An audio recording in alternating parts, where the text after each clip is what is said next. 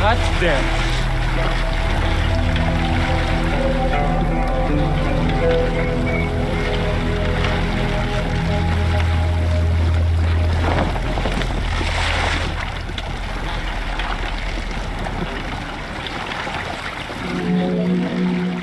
The ancient Egyptians called the dark fertile soil of the Nile the Black Lands, and the surrounding desert was referred to as the Red Lands.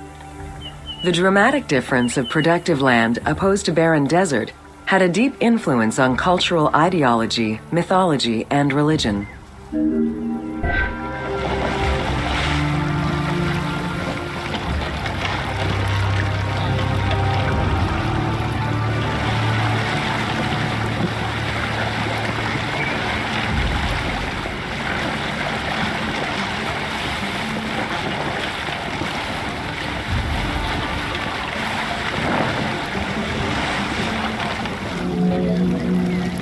The Nile determined much of Egyptian civilization.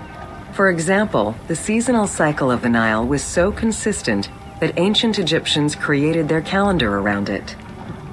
The flood season, or Akhet, was when the departing floodwaters left arable soil for crops.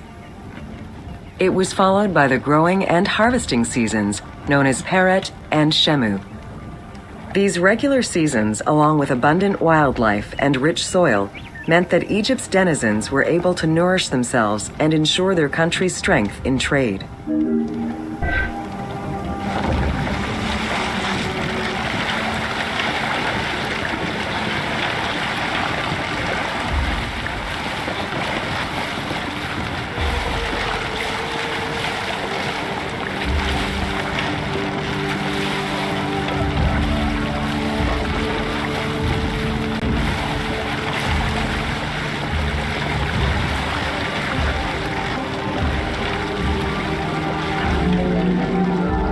The River Nile, flowing from the south to the north, neatly traversed through both Upper and Lower Egypt.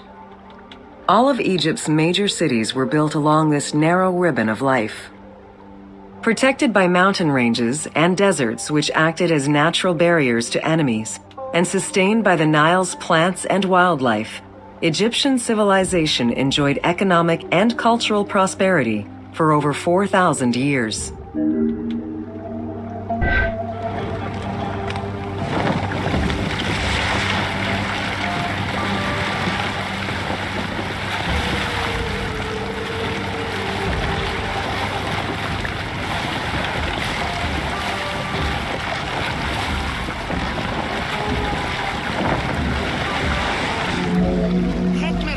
Both ancient Egyptians and ancient Greeks referred to the Nile as the river in their respective languages. Stretching a distance of over 6,700 kilometers, the Nile is one of the longest rivers in the world. It flows south to north, spanning 11 countries. The River Nile originates in the region of the Great Subequatorial Lakes, including one of the largest in the world, Lake Victoria near Tanzania.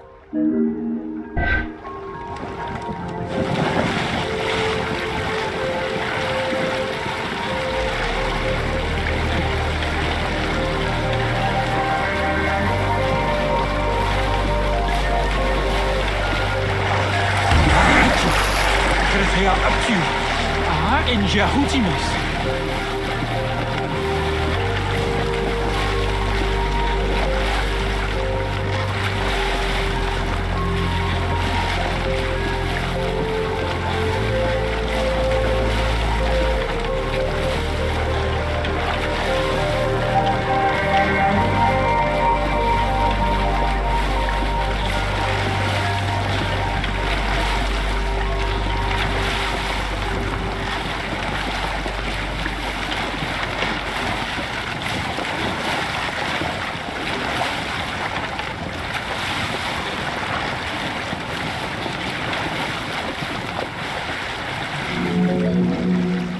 The river flows through African equatorial forests, swamps, volcanic lands, steppes, and deserts, splitting apart for a while and picking up various sediments from each region and carrying them all the way to Egypt.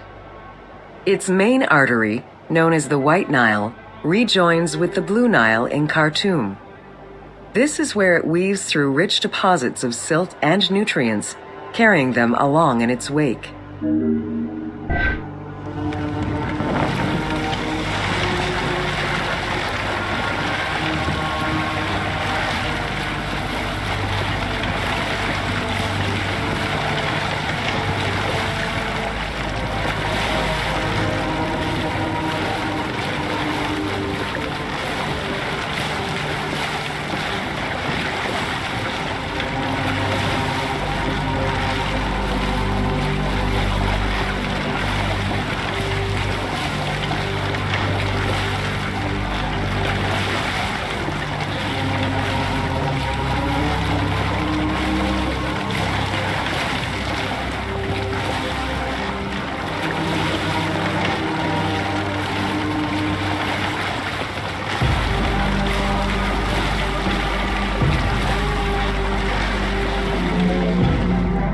The Nile crosses 6 cataracts from the south to the north, creating natural obstacles between the various sections of the river. The cataracts are long zones of about 100 kilometers, where the bubbling and rapidly swirling waters advance tumultuously amid enormous heaps of rocks and benches of hard stone.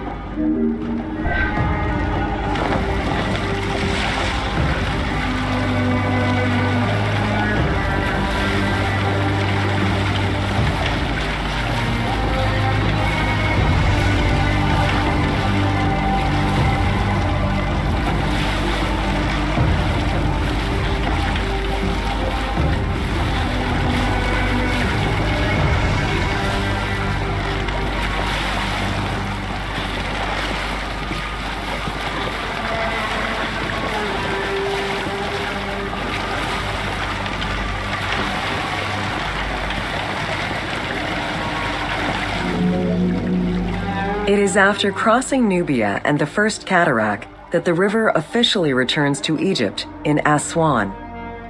There are still 1,000 kilometers before it reaches Cairo and the Delta, bringing life to those living on its shores before it eventually empties into the Mediterranean Sea.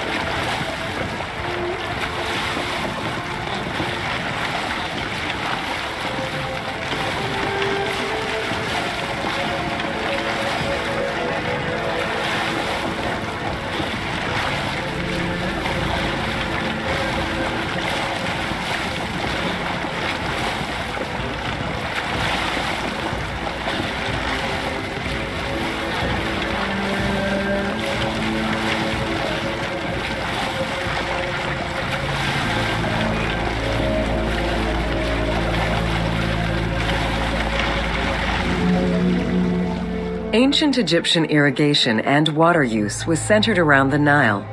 However, they also had access to streams and rivers, as well as several large lakes. The Delta, situated at the north end of the Nile, also known as Lower Egypt, is a large irrigated area where the river splits into several tributaries.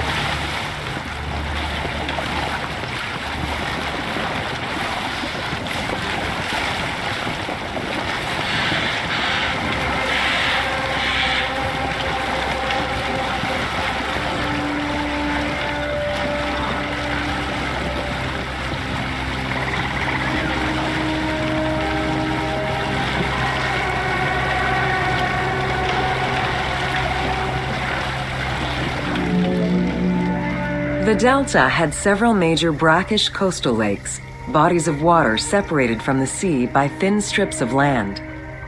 A mix of deep to shallow waters, salt swamps, and sand plains, these lakes were refuge to a wealth of species, as well as water and land plants. The occasional bandit could also be found sheltering within the denser reeds, waiting for the unwary traveler.